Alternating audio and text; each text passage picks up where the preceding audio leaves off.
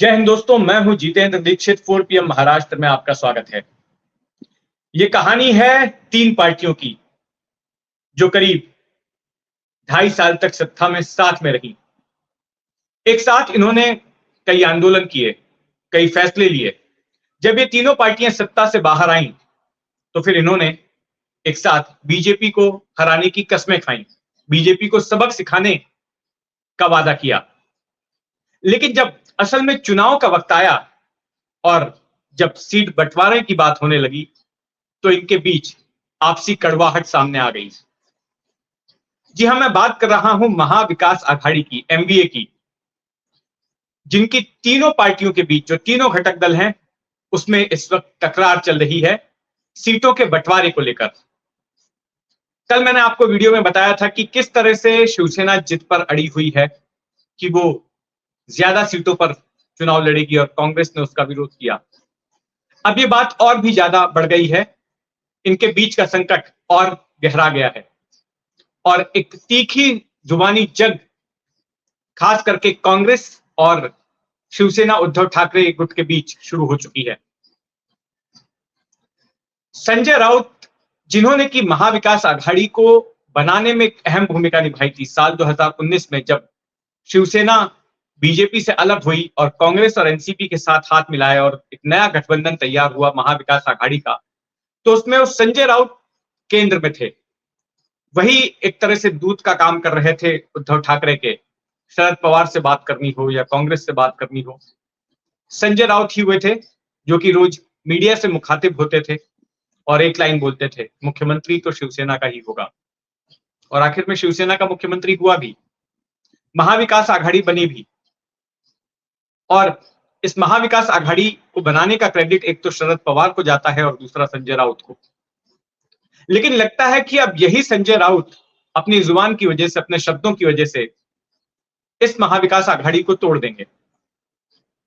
इसके पीछे कारण यह है कि सीट बंटवारे के वक्त तो जिस तरह की भाषा का इस्तेमाल कर रहे हैं कांग्रेस के खिलाफ, वो भाषा कांग्रेस को नागवार गुजर रही है, अपमानजनक लग रही है और कांग्रेस की ओर से भी पलटवार हो रहा है।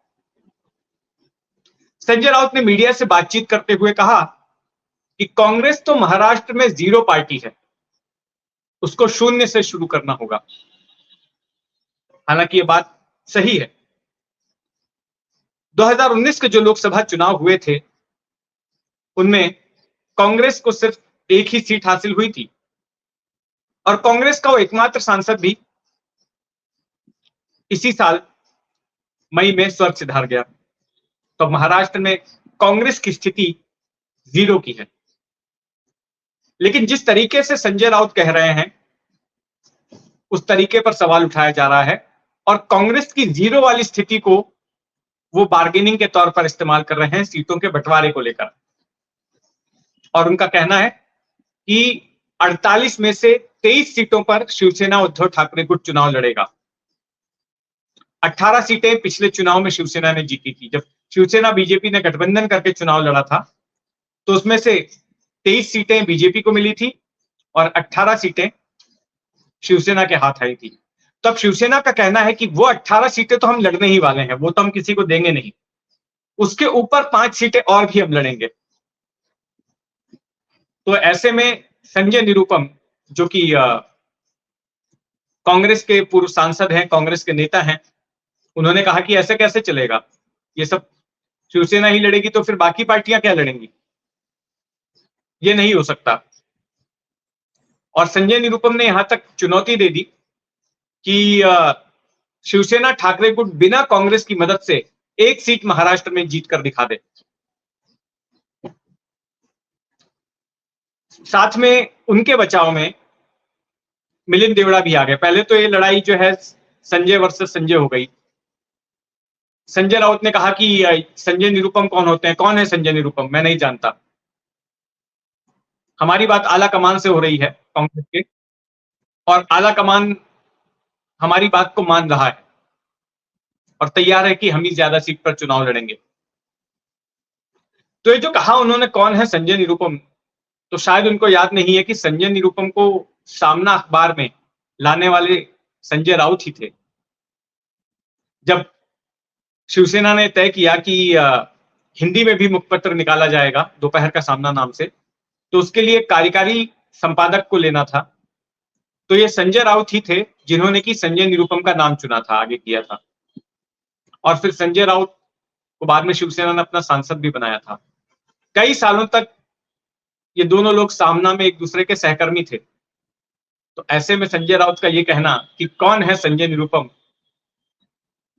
मामले को और ज्यादा बिगाड़ देता है।